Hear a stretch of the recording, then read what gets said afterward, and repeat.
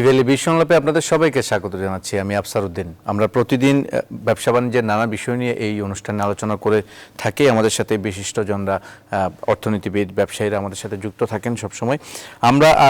আমরা যতটুকু দেখেছি যে বাংলাদেশে বেকারত্বের একটি বোঝা আগের থেকে বয়ে আসছিল এবং সেই ক্ষেত্রে হঠাৎ করে যখন করোনা সংক্রমণ শুরু হয়, করোনা যখন বাংলাদেশে থাবা বসায়, তখন দেখা যাচ্ছে যে আবার নতুন করে বেকারত্বের একটি বড় বোঝা যুক্ত হয়েছে শ্রমবাজারে এবং সেই বেকারত্বের কারণে আসলে দেখা যাচ্ছে মার্কেটে কাজ নেই, অনেকে নতুন করে আবার বেকার হয়েছেন, যাদের কর্মসংস্থান ছিল তারা কর্মসংস্থান থেকে বেরিয়ে গেছেন, অনেকে কাজ হারা হয়েছেন, চাকরি হারা হয়েছেন, একটা হাহাকার দেখা দিয়েছে। আমরা আজ হাহাকার কাটছে না কর্মসংস্থানে এই বিষয় নিয়ে আলোচনা করব। আমাদের সাথে দুজন অতিথি যুক্ত হবেন। আমাদের সাথে এই মুহূর্তে যুক্ত আছেন জনাব MS Siddiqui, international business forum of বাংলাদেশের সহসভাপতি, এবং আরেকজন অতিথি আমাদের সাথে যুক্ত আছেন জনাব সাজ্জাদ জহির, অর্থনীতিবিদ।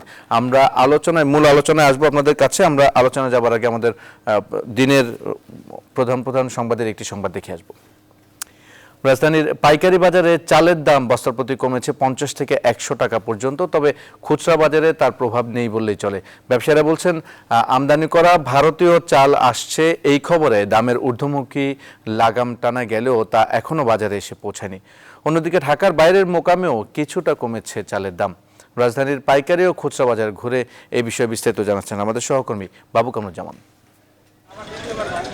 বেসরকারি পর্যায়ে গত 6 জানুয়ারি থেকে 3 ধাপে 185 প্রতিষ্ঠানকে 4,87,000 টন চাল আমদানির অনুমতি দেওয়া হয়। সরকারিভাবেও 34 টাকা কেজি দরে প্রায় 3.5 লাখ টন চাল আমদানির প্রক্রিয়া চলছে।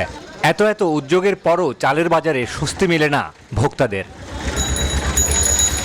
রাজধানীর মোহাম্মদপুরের অন্যতম এই পাইকারি চালের আড়তে প্রতি বস্তা গুটি স্বর্ণা বিক্রি হচ্ছে 2050 টাকায়, যা দিন দশেকের ব্যবধানে কমেছে 100 টাকা। একইভাবে পাইজম চাল বস্তা প্রতি কমেছে 100 টাকা। 28 চালের দামও কমেছে প্রায় একই হারে। মোটা চালগুলো কমছে, যেমন পাইজম চাল, গুটি চাল, আর ইন্ডিয়ান চাল আইবো একটা প্রভাব পড়ছে, তাতে আপনার মনে হয় 1-150 টাকা কমছে। যে স্বর্ণা চাল ছিল আপনার 46 টাকা, সে স্বর্ণা চাল এসে পৌঁছেছিল বর্তমানে 42 টাকা কেজি। বাজারটা ঊর্ধ্বগতি ছিল, এলসিডি ওপেন করার পরে গভর্নমেন্ট বলার পরে এটা থমকে আছে। যদি আমদানিকৃত চালটা ঢুকে যায় তাহলে বাজারটা আশা করি কমে যাবে। বস্তা প্রতি 100 টাকা দাম কমার এই হিসাবের সুফল নেই খুচরা বাজারে। খুচরা ব্যবসায়ীরা বলছেন ভারতীয় চাল না আসায় দাম এখনো খুব একটা কমেনি। খুচরা বাজারে 1-2 টাকা কমছে, কারণ এখন আমরা কম দামের চালটা পাইনি। চালের দাম তো অবশ্যই বেশি, চাল যেহেতু প্রধান খাবার সেই হিসাবে দাম তো কমানো উচিত। যখন যে যার কাছ থেকে যা নিতে পারতেছে তাই তো মনে দেখি। 10 দিন আগের থেকে যদি আমরা বলি তাহলে তুলনামূলক কেজিতে 1 থেকে 2 টাকা কমছে। এদিকে দেশের বৃহৎ চালের মোকাম নওগাঁয় সপ্তাহের ব্যবধানে প্রকারভেদে প্রতি কেজি চালের দাম কমেছে 1 থেকে 2 টাকা। 2 টাকা করে 1 টাকা করে কেজি কমতে শুরু করেছে। চালের দাম নিয়ন্ত্রণে রাখতে সরকারের পর্যাপ্ত মজুদ নিশ্চিত করার পাশাপাশি বাজার ব্যবস্থাপনা জোরদার ও তদারকি বাড়ানোর তাগিদ দিয়েছেন বিশ্লেষকরা। আমাদের বাজার ব্যবস্থাপনা অত্যন্ত দুর্বল এবং এই বাজার ব্যবস্থা ভেঙে যাওয়ার কারণে কিন্তু কৃষকরা তাদের উৎপাদিত পণ্য বিক্রি করতে পারেনি এবং কনজিউমাররাও শহরে এসে তারা তাদের যে সামগ্রী প্রয়োজন তা সংগ্রহ করতে পারে। ভারতীয় চাল বাজারে এলে চালের দাম অনেকটাই সহনীয় হয়ে আসবে বলে জানান ব্যবসায়ীরা। বাবু কামরুজ্জামান, নিউজ 24, ঢাকা। আমরা ফিরবো আলোচনায়। আমাদের সাথে জনাব সাজ্জাদ জহির আছেন, আমাদের সাথে আছেন জনাব MS সিদ্দিকী। জনাব MS সিদ্দিকী, আপনাকে দিয়ে শুরু করতে চাই যে আমরা কর্মসংস্থানের বিষয়ে আলোচনা করছি এবং একটি হাহাকারের কথা বলছিলাম যে এই হাহাকার কাটছে না কর্মসংস্থানে। মূলত করোনা একটি বড় ভূমিকা রাখছে এই মুহূর্তে কর্মসংস্থানের যে ঘাটতি ছিল সেটাকে কমিয়ে আনার ক্ষেত্রে যে চলমান প্রক্রিয়া ছিল সেই চলমান প্রক্রিয়াতেও তারা এই করোনা বাধাগ্রস্ত করছে। করোনা কর্মসংস্থানে কেমন সংকট নতুন করে তৈরি করেছে, সবকিছু মিলিয়ে কি দেখছেন বাংলাদেশের কর্মসংস্থানের জায়গাটা? করোনার কারণে অনেক মানুষ যারা মিডল ইস্টে শ্রমিক হিসেবে কাজ করতেন তাদের হাজার শ্রমিক ফিরে আসছেন কর্মহীন হয়ে। তারপরে বাংলাদেশে অনেক ইন্ডাস্ট্রিতে এমপ্লয়মেন্ট, ট্রেডিং হাউস গুলোতে যেখানে চাকরি করতো সেখানে সেই বিজনেস গুলো ছোট হয়ে এসছে, তাদের তৎপরতা কমে গেছে। ন্যাচারালি অনেকে ছাঁটাই করেছে, কারো বেতন কমে গেছে। তারপরে যে ক্ষুদ্র ব্যবসায়ীরা, হাজার ক্ষুদ্র ব্যবসায়ীরা যে বিজনেস গুলো করতেন ফুটপাতে বসে, তারা কর্মহীন হয়ে পড়েছেন। এইভাবে সেলফ এমপ্লয়েড এবং এমপ্লয়েড বেসরকারি খাতে লক্ষ লক্ষ মানুষ চাকরি হারিয়েছে। এমনিতেই আমাদের তো চাকরি বাজারে অভাব, তারপরে করোনার কারণে এই দুইটা ফ্যাক্টর মূলত কাজ করেছে, যে অনেক লোক আনএমপ্লয়েড হয়ে গেছে। সেটাই মূল করোনার প্রভাব সরাসরি এটাই। এবং সবচেয়ে বড় কথা হচ্ছে গ্রোথ। নরমালি তো আমরা দেখি যে অর্থনীতিতে ইনভেস্টমেন্ট হয় এবং চাকরির গ্রোথ হয়, সেখানে গ্রোথ না হয়ে স্ট্রিং করেছে। তো সুতরাং এটার প্রভাব তো সাংঘাতিক রকম পড়বেই চাকরির বাজারে। চাকরির ডিমান্ড অনেক বেশি, সাপ্লাই অনেক কম। তাহলে ভবিষ্যতে আসলে কোন দিকে যাচ্ছে কর্মসংস্থানের, কি মনে করছেন? অর্থনৈতিক কর্মকাণ্ড তো বেড়েই চলেছে, বা আমরা যতটুকু খারাপ হবে গত বছর ধরেন এশিয়ান ব্যাংক, ওয়ার্ল্ড ব্যাংক বা আমাদের অর্থনীতিবিদরা যেসব প্রেডিকশন করেছে যে গ্রোথটা নেগেটিভ হবে, কিন্তু 2-3 বার গত বছর 2020 সালে বিশ্ব ব্যাংক, এশিয়ান অর্থনীতিবিদরা বিভিন্ন প্রেডিকশন করেছেন যে এটা নেগেটিভ হবে, গ্রোথ 1% হবে, 3% হবে, 5% হবে।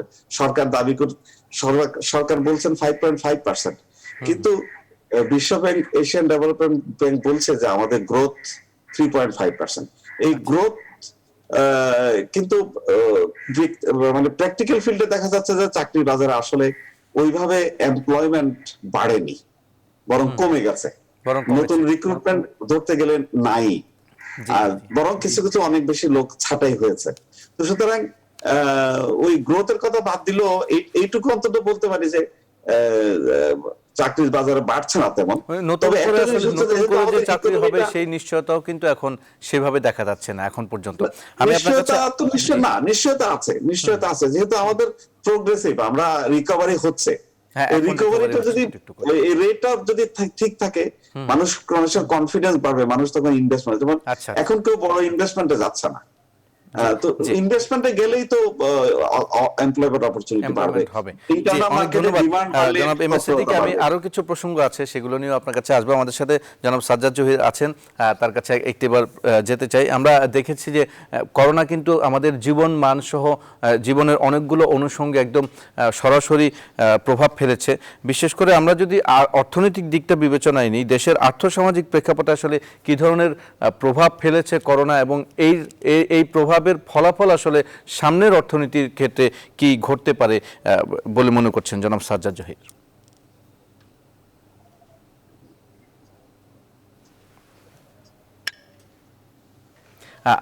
আমি আপনাকে শুনতে পাচ্ছি না, আপনার অডিও কি মিউট করা কিনা একটু চেক করবেন।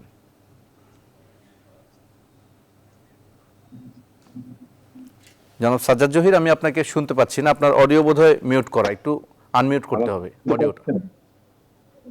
জি জি বলুন। আমাকে শুনতে পাচ্ছেন? হ্যাঁ, এখন শুনতে পাচ্ছি। জি আচ্ছা, আপনি হেডফোন নিতে পারেন কানে যদি প্রয়োজন হয়, বলুন।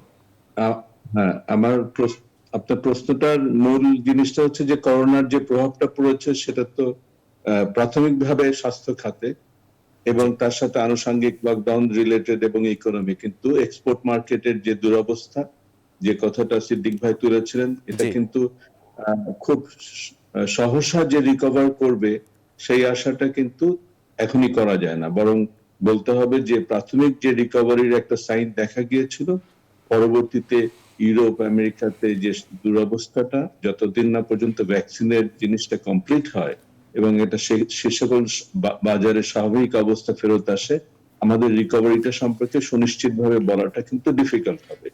আর কর্মসংস্থানের একটা বড় জিনিস, আমি যেটা সিদ্দিক ভাই তুলেছেন তার বাইরে বলছি জিনিসটা, যে সার্ভিস খাতটা সবচেয়ে বড় আঘাত পেয়েছে, কিন্তু যেটা আমরা অন্যান্য প্রোডাকশন খাতটা বলি, কিন্তু কর্মসংস্থানের প্রেক্ষিতে বলছি, বাংলাদেশে ক্লোজ টু অর্ধেকটা এমপ্লয়মেন্টের যদি আমি বলি যে একটা বড় অংশ কিন্তু সার্ভিস খাত, অর্থাৎ সেবা খাত, সেই খাতটা কিন্তু বড় আকারে আঘাত খেয়েছে এবং সেটা রিকভার করতে কিন্তু কনফিডেন্স বাড়ার সাথে সাথে আস্তে আস্তে আসবে। অন্য একটা বিষয় লক্ষণীয় যে আসলে এই করোনার সময় নীতি পর্যায়ে কিন্তু অনেকগুলো জিনিস করার দরকার ছিল, আমি সেটার ভিতরে পরে সুযোগ পেলে যাব, কিন্তু এই মুহূর্তে শুধু বলবো যে আসলে যেটা বাজারের নিয়ে একটু আগে যে আলাপটা আপনারা নিউজে তুলেছিলেন, ওই বাজার রিঅর্গানাইজড হলে পরে কিন্তু বরং লোক কিছুটা ছাঁটাই যাওয়ার কথা, যদি আমি দাম কমাতে চাই।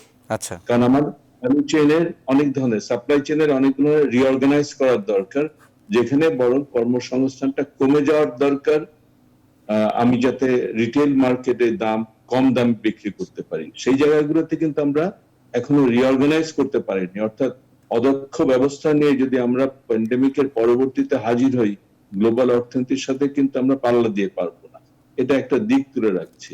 সো বড় মোটা দাগে যদি বলি, ম্যানুফ্যাকচারিং এর বেশিরভাগ খাতগুলো কিন্তু যেগুলো রপ্তানি নির্ভর, আরএমজি কিছুটা রিকভার করবার সুযোগ পেলেও বাকিগুলো কিন্তু করতে পারিনি আমার জানা মতে। এটা সিদ্দিক ভাই আরো বিজনেস সাইডটাকে ভালো বলতে পারবে। শিক্ষা এবং অন্যান্য সেবা খাত ব্যাহত হয়েছে। স্বাস্থ্য এবং ফার্মাসিউটিক্যালস একমাত্র লাভবান জিনিস। জি, অনেক ধন্যবাদ জনাব সাজ্জাদ জহির, অনেক ধন্যবাদ। আমরা আসলে কর্মসংস্থান নিয়ে তো আজকে নতুন আলোচনা হচ্ছে না, কর্মসংস্থানকে এগিয়ে নেওয়ার জন্য বাংলাদেশের সব ব্যবস্থাপনা, শিক্ষা ব্যবস্থা সহ সবকিছুই আসলে যুগোপযোগী আছে কিনা সেটিও কিন্তু একটি ভাবার বিষয়, এবং সেটিও কিন্তু আলোচনার বিষয়। আপনারা বারবার সেটি গণমাধ্যমে তুলেও ধরেছেন। আমরা এই বিষয়গুলো নিয়ে আলোচনা করব। এই মুহূর্তে আপনারা দুজন আমাদের সাথে যুক্ত আছেন। ছোট্ট একটি বিরতি নিচ্ছি, আমাদের সাথেই থাকুন।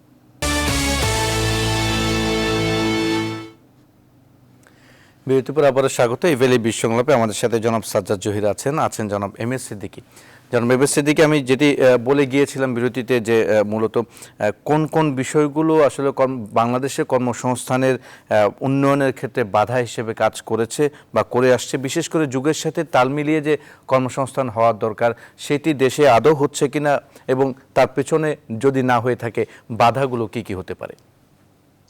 এগুলো তো অর্থনৈতিক কর্মকাণ্ড বাড়ানোর সাথে সাথে এমপ্লয়মেন্ট অপরচুনিটি হয় ইনভেস্টমেন্টের সাথে। এটা খুবই সহজ একটা লিঙ্ক। হ্যাঁ, তো আমাদের দেশে ইনভেস্টমেন্ট হচ্ছে না সেরকম।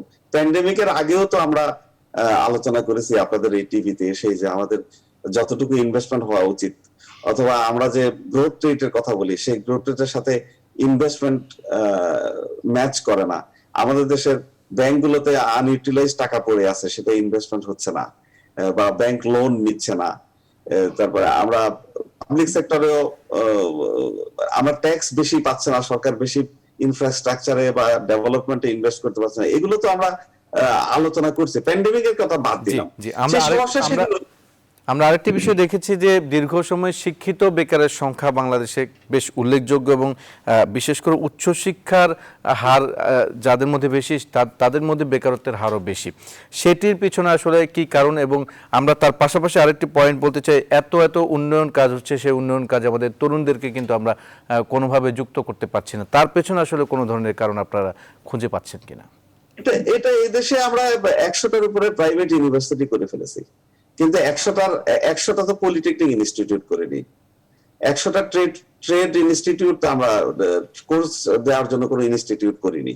তা আমরা তো আমাদের শিক্ষা ব্যবস্থার ভিতরে এমন ভাবে করেছি যে আমরা শিক্ষিত বেকার তৈরি করার চিন্তাই আমাদের ভিতরে। যে কোনো ইউনিভার্সিটি করলে প্রথম যে কোর্সটা চালু করে সেটা হচ্ছে এমবিএ, বিবিএ, এমবিএ।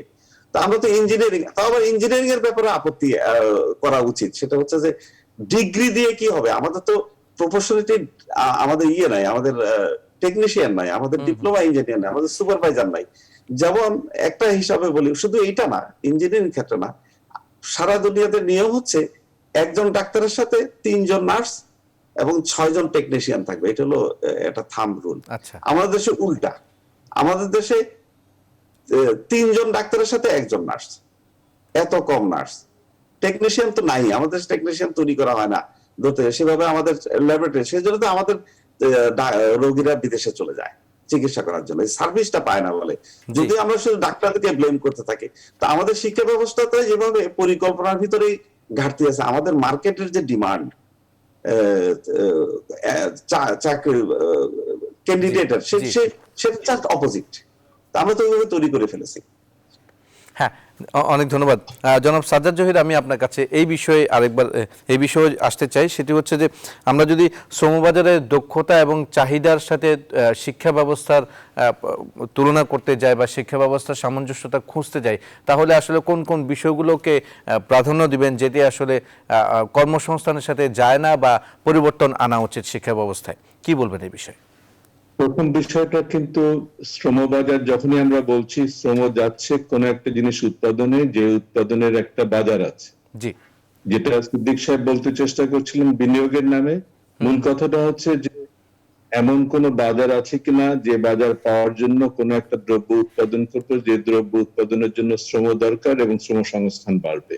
অর্থাৎ দেশের অভ্যন্তরে একটা তো পলিসি চলে আসছে বহু বছর ধরে, বিদেশে রপ্তানি করে চিপ লেবারকে সে যে মর্যাদা নিয়েই থাকুক না কেন তার থেকে আসা যে অর্জিত বৈদেশিক অর্থ সেটাকে নিয়ে চলা। এটা হচ্ছে চলেছে বিশেষ করে পরশ্রমজীবী যারা, তারা এটাকে ব্যবহার করে নিয়ে বিভিন্নভাবে সেটা পাচার হোক অথবা দেশে লুটপাট হোক, এভাবে চলেছে। আর যদি আমি সত্যিকার অর্থে দেশের ভিতরে আমার কর্মসংস্থান বাড়াতে চাই, তাহলে আমাকে লক্ষ্য করতে হবে নীতি পর্যায়ে দেশের ভিতরে বাজার খোঁজা। যেটা সিদ্দিক ভাই বলছিলেন সেবার ব্যাপার নিয়ে, সেবাটা কিন্তু লার্জলি ডিপেন্ডেন্ট থেকে গেছে কিন্তু রেমিটেন্স আর্নিং এর উপরে। অর্থাৎ হাসপাতালের চাহিদা বলি বা শিক্ষার চাহিদা বলি, এই জাতীয় চাহিদাগুলো ডেরিভেটিভ হিসেবে আসছে, সেকেন্ড অর্ডারে আসছে। যখন রেমিটেন্স মানি আমার হাতে আসছে, সেটা আমি ব্যয় করতে গিয়ে এই ধরনের সেবা চেয়েছি। কিন্তু মূল জায়গাতে যে কিন্তু আমরা দেশের অভ্যন্তরের চাহিদা মেটানোর জন্য দেশের উৎপাদনকে চালিত করতে পারিনি, এবং যে জন্য আমাদের কিন্তু মৌলিক খুব সাদামাটা জিনিসগুলোর জন্য বিদেশের উপর নির্ভর করতে হয়, ইম্পোর্টেড আমদানি করা জিনিসের। তার মানে কি ওই জায়গাতে উৎপাদনটা যদি আমরা নিজেরা করতে পারতাম, কর্মসংস্থান আসতো। এই মৌলিক পার্টটা। দ্বিতীয় যে অংশটা তুললেন যে কিভাবে শিক্ষার সাথে যোগসূত্রতা, সেটা অনেকটা এরকম হয়, অনেকে মনে করে যে আমি যদি শিক্ষাটাকে ওইদিকে নিয়ে অটোমেটিক্যালি তৈরি হবে। আমি উল্টাভাবে বলবো যে যদি আসলে লোকাল চাহিদাটা থাকতো, কারণ আজকাল যদি আপনি কম্পিউটার সায়েন্সের কথা অনেকে বলতে থাকে এবং আমরা নিজেরা আলাপ আলোচনা করে দেখি যে সেখানে যে ধরনের প্রোডাকশনটা তৈরি হচ্ছে সেটা মূলত, কারণ আপনি একটা যে কোনো একটা প্রতিষ্ঠানে যখন কম্পিউটার রিলেটেড কাজ করবেন দেখবেন যে প্রকিউরমেন্ট হচ্ছে, বড় আকারে একটা সফটওয়্যার প্রকিউরমেন্ট করছে বিদেশের কোন একটা জিনিস থেকে আমদানি করে, এবং আমাদের দেশের সোকল্ড এন্টারপ্রেনিয়ররা হচ্ছে কমিশনের। তারা কিন্তু নিজেরা ইনোভেট করছে না, নতুন জিনিস তৈরি করে দিচ্ছে না, তারা আমদানি করে কমিশন এজেন্ট হিসেবে সরকারের সাথে যোগসূত্র থাকতে একটা জিনিস বাজারে চালু করে দিচ্ছে। এখন সেই জিনিসগুলোকে চালানোর জন্য যে ধরনের কর্মজীবী লোক দরকার, আপনার প্রতিষ্ঠান সেই ধরনের কর্মজীবী তৈরি করছে, তার থেকে বেশি কিন্তু তৈরি করতে পারছে না বা যাচ্ছেও না, চাহিদা নাই বলে। তো বড় আকারে ইনোভেট করতে গেলে কিন্তু অনেকটা বলতে হবে যে বাজারের চাহিদা, বাজারটা যেন স্থানীয় হয়, সেই চাহিদা মেটানোর জন্য উৎপাদন হবে, সেই উৎপাদন তৈরি করবার জন্য যে ধরনের শ্রমজীবী দরকার সেই ধরনের শ্রমজীবী তৈরি হবে, যেটা শিক্ষা প্রতিষ্ঠান তৈরি করবে। কিন্তু আমাদের অনেক ধন্যবাদ। আসলে এই কি ধরনের বাজার ব্যবস্থায় কি ধরনের উদ্যোগ দরকার এই মুহূর্তে কর্মসংস্থান, এবং তার পাশাপাশি নীতিগত কি কি সিদ্ধান্ত এই মুহূর্তে দরকার, সেই বিষয়গুলো নিয়ে আমরা আরেকবার ফিরবো। আমরা আরেকটি বিরতিতে যাচ্ছি, আপনারা দুজন আমাদের সাথে যুক্ত আছেন। দর্শক, ইভেলি বিশ্বংলাপে নিচ্ছি বিরতি, সাথে থাকুন।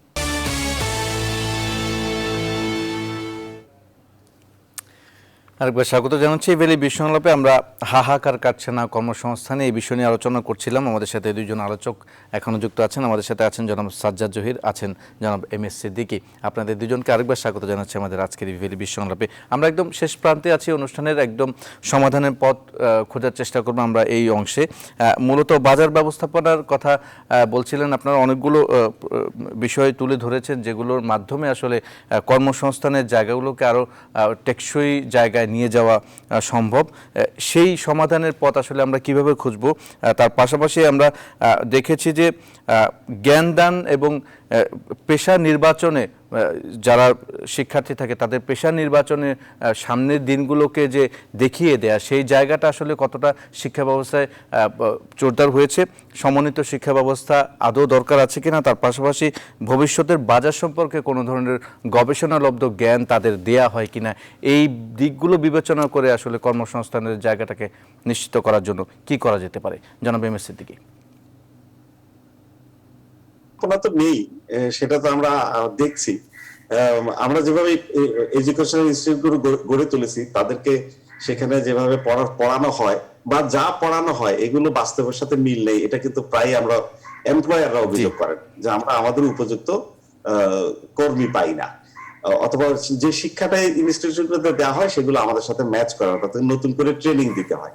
তো সাজ্জাদ জহিরের সাথে আরেকটা কথা আমি শুধু অ্যাড করবো, উনি মার্কেট ডিমান্ডের কথা বলেছেন, কিন্তু আবার আমি আবার একটু আরেকটা ডাইমেনশন আছে, যেমন চায়না থেকে যখন রিলোকেটেড হয় ইন্ডাস্ট্রি গুলো আমাদের এই দেশগুলোতে আসা শুরু হলো, তখন দেখা গেলো যে হাইটেক ইনভেস্টমেন্টটা আমাদের দেশে আসে না, আসার সুযোগ হয় না, কারণ আমাদের দেশে সেই পরিমাণ টেকনিক্যাল ম্যান পাওয়ার নাই। সে হাইটেক বা মিডিয়াম টেকনোলজির ইন্ডাস্ট্রি গুলো মালয়েশিয়ায় চলে গেছে। আর আমাদের দেশের জুতা, কাপড়, যেগুলোতে কোনো টেকনোলজি নেই, লো টেকনোলজি যেটা বলে, সেটা আসার সম্ভাবনা, তাও কিন্তু পুরোপুরি আসেনি, কারণ সেটার মেজর পোর্শন কিন্তু আবার ইয়েতে চলে গেছে, ভিয়েতনামে চলে যাচ্ছে। ওইখানে যেটা জায়গা না পাচ্ছে, সুযোগ না হচ্ছে, তারা দয়া করে বাধ্য হয়ে মন খারাপ করে আমাদের দেশে আসে ইনভেস্ট করার জন্য। তো আমাদেরকে যদি ওই ইনভেস্টমেন্ট গুলো এমপ্লয়মেন্ট অপরচুনিটি ক্রিয়েট করতে হয়, তাহলে আমাদেরকে পরিকল্পিত ভাবে আমাদেরকে ওই ম্যান পাওয়ার গুলো তৈরি করতে হবে। যখন ম্যান পাওয়ার অ্যাভেলেবেল হবে, তখন ফরেন ইনভেস্টমেন্ট এবং লোকাল ইনভেস্টমেন্ট হবে। যেমন চিপস এর একটা, ফর এক্সাম্পল, আমি তাইওয়ানে যাচ্ছিলাম, এক ভদ্রলোক আমাকে দেখাচ্ছিলেন, দেখো এখানে কয়েকশো চিপস এর ইন্ডাস্ট্রি আছে, এদের 100% প্রোডাক্ট আমেরিকাতে এক্সপোর্ট হয়।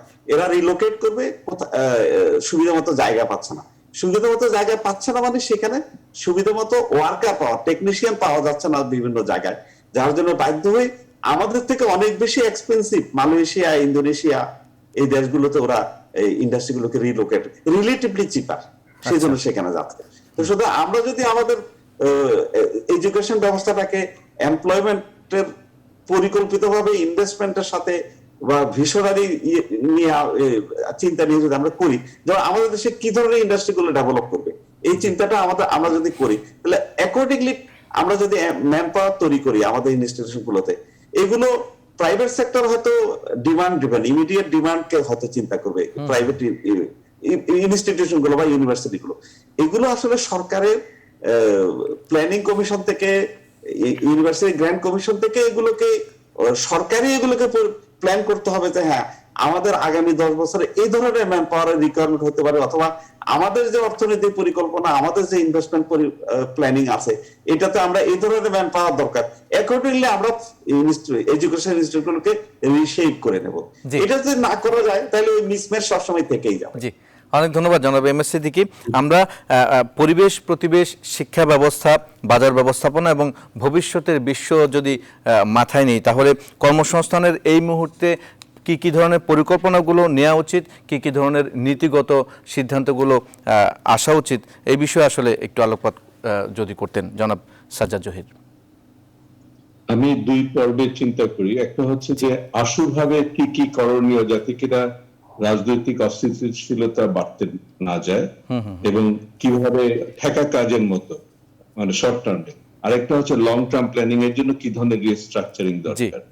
শর্ট টার্মে আমরা যেটা বলি যে সরকার এমন কিছু কর্মকাণ্ড চালু করার দরকার যেখানে কিছুটা অনুদান জড়িত থাকবে, প্রোডাক্টিভিটির এবং তার যে রিটার্নটা তাৎক্ষণিকভাবে পাবে সেটা চিন্তা না করা। আগে এক সময় ছিল না যে মাটি কাটার কাজের ভিতরে নিয়োগ দিয়ে সিজনাল আনএমপ্লয়মেন্টকে দূর করা, অনেকটা সেইভাবে কিছু কিছু কাজ নেওয়া যেতে পারে, যে কাজগুলো আগের স্টাইলে না হয়ে টার্গেটেড শুধুমাত্র যেগুলো শিক্ষিত যুবক, যারা গ্রাজুয়েটেড, শিক্ষিত বলছি, নট নেসেসারিলি সার্টিফিকেট আলা যুবক, এখানে একটু চেঞ্জ করতে হবে। এই ধরনের কাজ কিন্তু বেশ কিছু হতে পারে। আমি একটা উদাহরণ দিই, যেমন জমি নিয়ে আমাদের একটা বড় বাধা হয়ে আছে, জমি সংক্রান্ত জটিলতা, এবং সেখানে অনেক অর্থ খরচ হচ্ছে দালালদের মাধ্যমে। কিন্তু এই জিনিসটাকে পুরোপুরি রিঅর্গানাইজ করা, ডেটাবেস তৈরি করা, এটা কিন্তু শুরু করে দেওয়ার যে অনেক আগের থেকে হওয়ার কথা ছিল, কিন্তু এখানে কাজে তাৎক্ষণিক নিয়োগ দেওয়া যায়, পরে ভেরিফাই করতে পারে। এটা আমি বলছি শর্ট টার্মে মাটি কাটা কাজের পরিবর্তে এই টাইপের কাজ। দ্বিতীয় যে জিনিসটা চিন্তা করতে হবে যে লং টার্মে, যেটা সিদ্দিক ভাই বললেন যে শিক্ষা ব্যবস্থাটাকে এই করা যায়, ওইটা করা যায়। আমরা গতকালকে একজন প্রফেসর আইটির সাথে বসেছিলাম, খুঁজে বের করা কি করা যায়। কারণ অলরেডি আপনার ইনস্টিটিউশনস গুলো, তাদের বোর্ড, তাদের ফ্যাকাল্টি এমন একটা অবস্থাতে আছে, সেখানে কোনো পরিবর্তন আনতে যাওয়াটা রীতিমতো দুর্বিষহ ব্যাপার। এবং সেই পরিবর্তনটা আনার জন্য কি কি হতে পারে, একটা সাদামাটা হয়ে বুঝি যে শিক্ষার সাথে গবেষণা এবং প্রাইভেট সেক্টরের অ্যাক্টিভিটিসকে ইন্টিগ্রেট করার একটা পরিকল্পনা দরকার। সুতরাং সাপোর্ট দরকার যে ওই ধরনের অ্যাক্টিভিটিস গুলো, যেখানে শিক্ষাটা তখনই মানে অর্থ পাবে যখন সে ডাইরেক্টলি প্রাইভেট সেক্টর এবং মানে আমি বলছি ইন্ডাস্ট্রির সাথে এবং গবেষণার সাথে যুক্ত করে প্যাকেজিং করা হয়। তা না হলে অন্য শিক্ষা ব্যবস্থাটাকে অ্যাটলিস্ট হায়ার লেভেলের শিক্ষা ব্যবস্থাটাকে এনকারেজ করা উচিত না। লোয়ার লেভেলে যেটা আমরা বলি কগনিটিভ এবং স্কিল ডেভেলপমেন্ট করার জন্য, সেখানেও, কারণ এখানে কতগুলো জিনিস কনফ্লিক্টিং আছে। আমরা একদিকে বলি যে শিক্ষা যেন একটা পিওর জিনিস, যেখানে কোনো রকমের কাজ থাকবে না। আমি যদি ইউনিসেফের প্যাকেজের কথা চিন্তা করি, তাদের প্রোগ্রামের কথা, চাইল্ড লেবার ওয়ার্ক, এগুলোকে নিয়ে চলে। আমরা চাই যে শিক্ষা, অনেক জায়গাতেই কিন্তু দেখা গেছে যে কাজের ভিতর দিয়ে শিক্ষাটা বেশি হয়। আচ্ছা, এবং কাজ এবং শিক্ষাটাকে কিভাবে সম্পৃক্ত করা যায় এবং সেটার সাথে গবেষণাকে কিভাবে আনা যায়, এই উদ্দেশ্যে আমি কথাটা বললাম। ওইটা রিস্ট্রাকচারিং দরকার এবং পুরনো অনেক কিছুকে ছেটে ফেলার দরকার। সেই ছেটে ফেলার জন্য যে পরিকল্পনা, যেটা সে একটু আগে বলছিলেন সিদ্দিক ভাই, এই জায়গাতে চরম ব্যর্থতা আমাদের রাজনৈতিক এবং পরিকল্পনাবিদদের। জি, অনেক ধন্যবাদ। সেক্ষেত্রে একটি শক্তিশালী রাজনৈতিক সিদ্ধান্ত অবশ্যই জরুরি। আমরা একদম শেষ প্রান্তে আছি। জনাব এম এস সিদ্দিকী, আপনার কাছে ছোট্ট করে একটু জানতে চাইবো যে আসলে কর্মমুখী শিক্ষা ব্যবস্থার জন্য গবেষণার কথা বলছিলেন জনাব সাজ্জাদ জহির, সেই গবেষণার জায়গাটা আসলে কতটা সক্ষমতা আমাদের তৈরি হয়েছে, কতটা দরকার, একদম ছোট্ট করে বলবেন। সক্ষমতা তো নেই আসলে, পরিকল্পনা, আর এটা তো পরিকল্পনাবিদরা করবেন। আসলে আমাদের দেশে কাজগুলো যার কাজ সে তো করেন না, অন্যরা করেন। সরকারের যে ইনভেস্টমেন্ট প্ল্যান আছে, সেই ইনভেস্টমেন্ট প্ল্যানের সাথে এমপ্লয়মেন্ট ক্রিয়েশন হবে, তার কি ধরনের এডুকেশন দরকার, এই দুইটা জিনিসকে সমন্বয় করে সরকারি এই পরিকল্পনা, রেলিভেন্ট ডিপার্টমেন্ট এই পরিকল্পনাটা করবেন। সেটা আসলে ওইভাবে হয় না, আমরা তো বিক্ষিপ্ত ভাবে করি। যেমন ইউনিভার্সিটির অ্যাপ্রুভালটা দেন শিক্ষা মন্ত্রণালয়। জি, হ্যাঁ, আর ইনভেস্টমেন্টটা আপনি দেখেন, আবার ইনভেস্টমেন্ট যখন দেখবেন সেটা আবার আরেকটা ডিপার্টমেন্ট দিচ্ছে। এখন ওদের যে আমাদের যে ইনভেস্টমেন্ট পঞ্চবার্ষিক পরিকল্পনা, যে শিল্পায়ন বা সার্ভিস সেক্টর যেটাই বলে, এটার যে ইনভেস্টমেন্ট হবে বা আমরা যে গ্রোথটা প্রজেকশন করছি যে এত, সেটা করতেছেন বিনিয়োগ বোর্ড। এবং বিনিয়োগ বোর্ড কি করছেন, বাণিজ্য মন্ত্রণালয় কি চেঞ্জ করছেন, শিক্ষা মন্ত্রণালয় কিভাবে ভাবছেন, এই তিনটার যে সমন্বয়, এটা কিন্তু আমাদের দেশে নাই।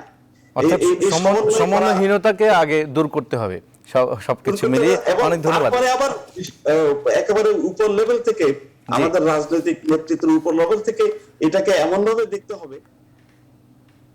জি, অসংখ্য ধন্যবাদ জনাব সাজ্জাদ জহির, আপনি আমাদের সাথে সময় দিলেন, এবং জনাব এম এস সিদ্দিকী, আপনিও সময় দিলেন। খুব চমৎকার কিছু পয়েন্ট আপনারা দিয়েছেন, কিছু সমাধানের পথ আপনারা দেখিয়েছেন কর্মসংস্থানকে বাড়ানোর ক্ষেত্রে। অসংখ্য ধন্যবাদ আপনাদের দুজনকে আমাদের আজকের এই ভ্যালি বিশ্বংলাপে সময় দেওয়ার জন্য। দর্শক, পরবর্তী এই ভ্যালি বিশ্বংলাপ দেখার আমন্ত্রণ রইল। সবাই ভালো থাকবেন, সুস্থ থাকবেন। ধন্যবাদ সবাইকে।